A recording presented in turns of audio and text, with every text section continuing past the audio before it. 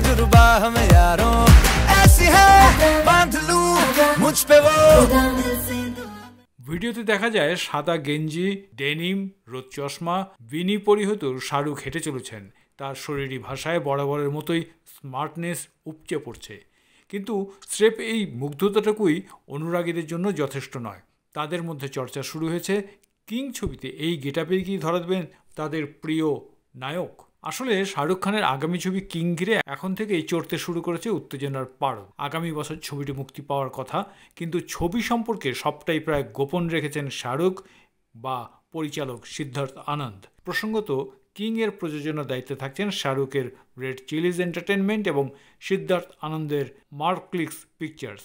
বলিউড সূত্র থেকে পাওয়া খবর অনুযায়ী শাহরুখ কন্যা সুহানার মাটি শক্ত করার জন্যই শাহরুখ 200 কোটি টাকা খরচ করে ছবিটি প্রযোজনা করতে চলেছেন। ছবিতে সুহানার মায়ের ভূমিকায় অভিনয় করতে দেখা যাবে দীপিকা পাড়ুকোনকে। মঞ্জা খ্যাত অভয় বর্মাকেও এই ছবিতে একটি গুরুত্বপূর্ণ চরিত্রে দেখা যাবে। থাকবেন সঞ্জয় দত্ত, আরশাদ ওয়ারসিও। সম্প্রতি যুক্ত হয়েছে আরও দুটি বড় নাম, জ্যাকি শ্রফ ও অনিল কাপুর। নয়া গুঞ্জন রানী মুখোপাধ্যায়ও এই ছবিতে রয়েছেন।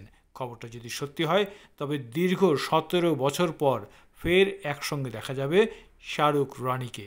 শেষবার 2008 সালে রব নে বানা দে জোড়ি ছবিতে ফির মিলেঙ্গে চলতে চলতে গানে স্ক্রিন শেয়ার করেছিলেন শাহরুখ আর রানী।